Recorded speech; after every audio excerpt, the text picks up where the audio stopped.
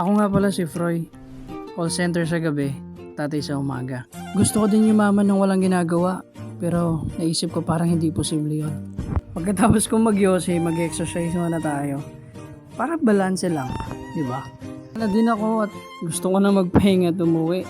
Lakad muna tayo pa uwi, Dad. Pautang free parking. Si Kuya, palong-palong mag-park ko, tingnan mo. Sobrang dikit ng pagkakapark niya, no? Nalate siguro to. Pinaganda ako ng asawa ko ng adobong pinakalkal na manok na paa. Ate, may utang ka ba? Lalim mo nang iniisip mo. Parang may utang ka sa tala, sa bilis, tsaka sa one hand. Nail cutter ka sa akin, boy. Tara, palinis tayo kay mama mo ng kuko. Tinawag niya nga ang kanyang ina upang magpalinis ng kuko. Daddy finger, where are you? Here I am, I'll do it too.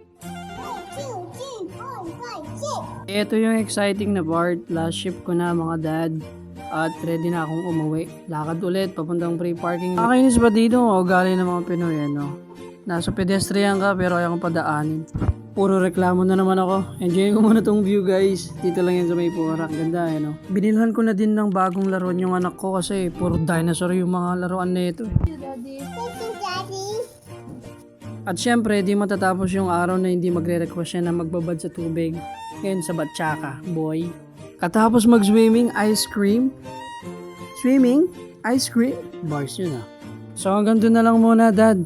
Wala muna tayong motivational kinemerot today. So ingat, Dad. See you.